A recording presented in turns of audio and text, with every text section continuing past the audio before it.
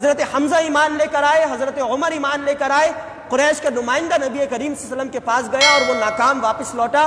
پھر چوتھا ایک واقعہ پیش آیا نبوت کے 7ویں سال۔ وہ واقعہ یہ کہ بنو ہاشم اور بنو مطلب، یہ دو قبائل اکٹھے ہوئے۔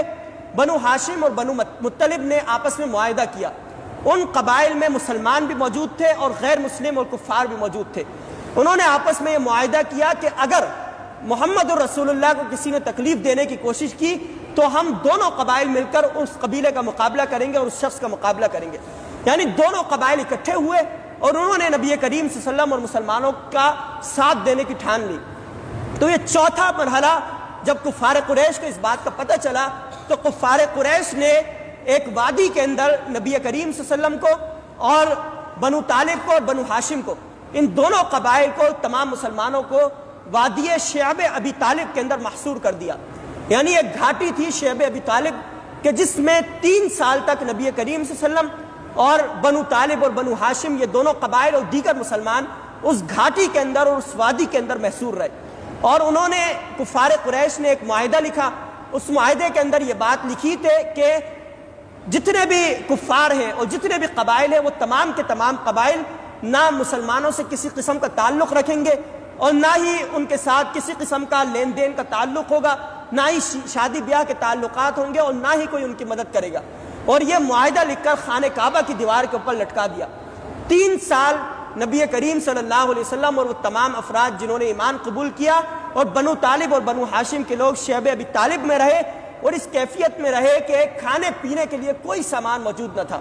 ابتدائی مرحلے میں جو سامان موجود تھا وہ ختم ہو گیا۔ پھر کفار قریش میں سے کوئی شخص وہ مسلمانوں سے ہمدردی رکھنے والا ہوتا تو وہ چپکے سے اور خفیہ طور پر مسلمانوں تک کوئی کھانے پینے کا سامان پہنچا دیتا۔ معصوم بچے وہ بلبلا کر اور چیخ و پکار کر کے روکتے تو کفار قریش شعب ابی طالب کے باہر جب ان کو آواز آتی کہ بچے رو رہے ہیں تو وہ خوش ہوتے اور ہنستے اور کہتے کہ ہم نے محمد کو آج اس کا خاتمہ کر دیا اور اس کو کمزور کر کے رکھ دیا۔ اور ان کا ارادہ یہ تھا کہ یہ جو بنو طالب ہے اور بنو ہاشم ہے یہ محمد کو ہمارے پاس پیش کرے اور کہے کہ تم جانو، تمہارا معاملہ جانے، تم چاہو تو اس کو قتل کر دو۔ تو 3 سال کا عرصہ نبی کریم صلی اللہ علیہ وسلم اور صحابہ کرام اس کیفیت میں رہے۔ یہ نبوت کا 7واں سال، 8واں سال، 9واں سال اور 10ویں سال کے کچھ ابتدائی مراحل تھے۔ پھر اللہ کا کرنا یہ ہوا کہ کفار قریش میں سے ایک شخص اٹھا اور اس نے دوسرے لوگوں کے ذہنوں کے اندر یہ بات ڈالنا شروع کی کہ ہمارے بھائی، یعنی بنو طالب اور بنو ہاشم، اس کے اندر کفار بھی شامل تھے، کہ ہمارے بھائی جو ہیں وہ پریشانی کی کیفیت میں ہیں، کمزوری کی کیفیت میں ہیں، کھانے پینے کا سامان ان کے پاس میسر نہیں ہے اور ہم عیش و عشرت کی زندگی گزار رہے ہیں۔ لہذا یہ جو معاہدہ ہوا ہے جسے خانہ کعبہ کی دیوار کے اوپر لٹکا دیا گیا ہے، اس کو ختم کر دیا جائے، اس کو چاک کر دیا جائے۔ تو وہ ایک شخص جو ہے دوسرے کے پاس گیا، اس کو تیار کیا، پھر تیسرے کے پاس گئے، اس کو تیار کیا۔ اس طرح 6 افراد جو ہے وہ تیار ہو گئے اور ان 6 افراد نے ارادہ کیا کہ ہم کل صبح حرم کے اندر جائیں گے اور خانہ کعبہ کے اوپر جو وہ معاہدہ تحریر آویزہ ہے اس کو ہم چاک کر دیں گے اور اس کو کاٹ دیں گے اور پھاڑ دیں گے۔ تو اگلے دن وہ 6 افراد حرم کے اندر گئے۔ ابو جہل بھی حرم کے اندر موجود تھا۔ انہوں نے ابو جہل کو پکارا اور بھی لوگوں کو جمع کیا اور کہا کہ ہم لوگ عیش و عشرت کے ساتھ رہیں اور ہمارے بھائی اور ہمارے ساتھی وہ پریشانی کی کیفیت میں رہیں، یہ ناممکن ہے۔ لہذا یہ جو معاہدہ ہوا ہے یہ غلط معاہدہ ہوا ہے، ہمیں اس کو چاک کر دینا چاہیے۔ دوسرے شخص نے حمایت کی، تیسرے نے حمایت کی، اس طرح کرتے کرتے تمام لوگوں نے حمایت کی اور قریب تھا کہ وہ اس معاہدے کو چاک کر دے۔ ابو جہل کھڑا ہو گیا، اس نے کہا کہ میں اس معاہدے کو چاک کرنے نہیں دوں گا کہ اچانک جناب ابو طالب جو ہے اس مجلس کے اندر آئے۔ جناب ابو طالب بھی شعب ابی طالب کے اندر موجود تھے، اس گھاٹی کے اندر موجود تھے۔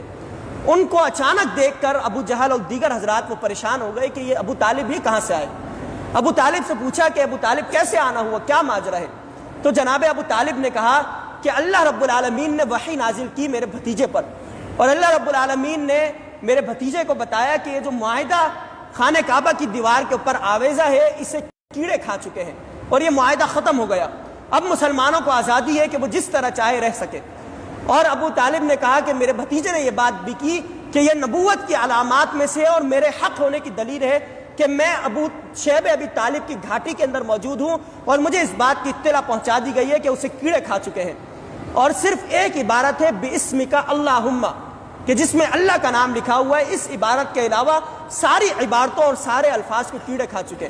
تو ابو جہل نے ایک شخص کو آگے بڑھایا اور کہا کہ جاؤ دیکھ کر آؤ، کیا واقعی جو ابو طالب کے بھتیجے کے اوپر وحی نازل ہوئی ہے وہ درست ہے یا غلط ہے؟